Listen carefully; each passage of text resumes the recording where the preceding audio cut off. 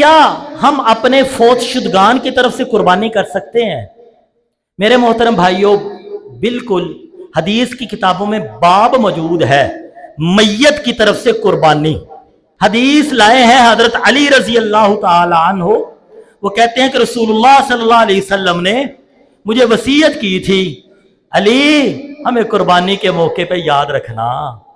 تو پھر حضرت علی رسول اللہ صلی اللہ علیہ وسلم کی وفات کے بعد ہر سال اپنی بھی قربانی کرتے تھے اور رسول اللہ کی طرف سے بھی قربانی کرتے تھے۔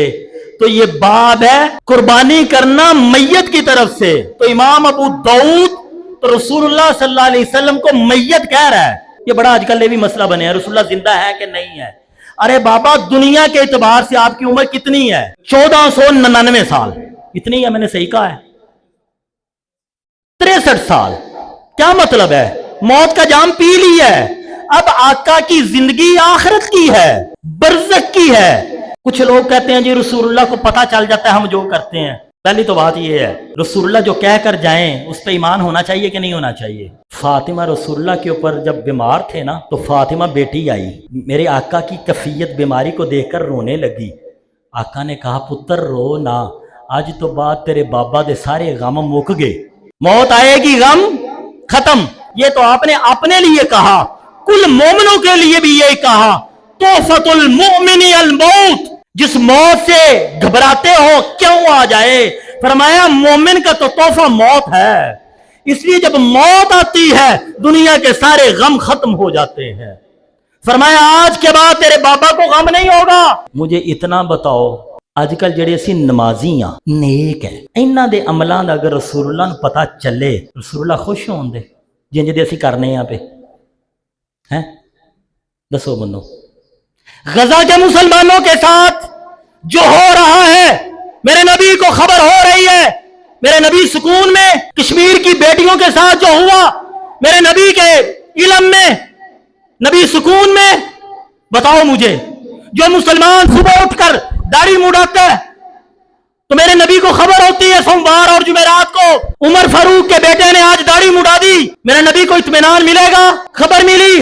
وہ ملک جو اسلام کے نام پر لیا گیا، اس ملک کے اندر آج بھی سودی کاروبار ہوتا ہے اور سود کا دفاع وقت کا وزیر اعظم کرتا ہے، میرے نبی کو اطمینان سکون ملتا ہوگا؟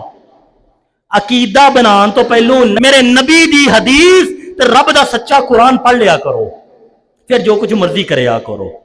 سچا دین قرآن کی بنیاد پر اور نبی کے سچے فرمان کی بنیاد پر ہے۔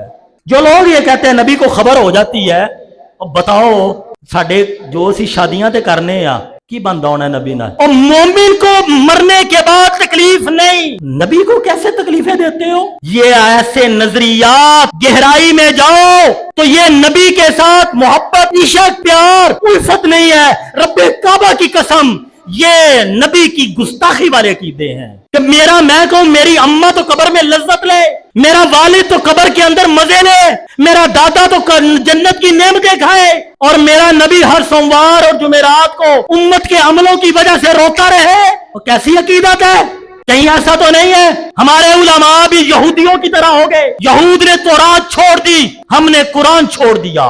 موت کی تعریف کسی مولوی سے پوچھنا، جسم سے روح کے نکلنے کا نام موت ہے، اور اس جسم سے جب روح نکلے گی، قرآن کہتا ہے ثم اماتہ فاخبرہ ثم اذا شاء انشرہ، قیامت کے دن اس جسم میں روح ڈالی جائے گی، اس سے پہلے جسم میں روح نہیں ڈالی جائے گی۔ اور میرے نبی سچے، انہوں نے کہا فاطمہ آج کے بعد تیرے بابا کو غم نہیں ہوگا۔ ہمارا عقیدہ یہ ہے، ہمارے نبی صلی اللہ علیہ وآلہ وسلم کی روح مبارک حضرت ابراہیم کی 7ویں آسمان میں ہے، ہمارے نبی کی اس سے بھی بلند اور برتر ہے۔ سارے یقین کرتے ہیں؟ کہیے الحمدللہ الحمدللہ۔ اور قبر مبارک میں آپ صلی اللہ علیہ وآلہ وسلم کا جسد اطہر جتنا میرا اور آپ کا اب محفوظ ہے، اس سے بھی کروڑوں گنا زیادہ محفوظ ہے۔ میرے نبی کے کفن مبارک پر شکن بھی نہیں پڑے، ہم اٹھیں گے شکن پڑ جائیں گے۔ میرے نبی اکرم کی غسل دیتے ہوئے جو پانی کا قطرہ آنکھ کے قریب آیا وہ آج بھی تر و تازہ ہے اور جنت کی ساری خوشبوؤں سے بلند تر ہے۔ میرے نبی جس جگہ پر آرام فرما ہے وہ جگہ ساتوں آسمانوں سے، ساتوں زمینوں سے، حتیٰ کہ جنت سے بھی بلند تر ہے، لیکن نبی زندہ نہیں، زندہ اعلیٰ علیین میں ہے۔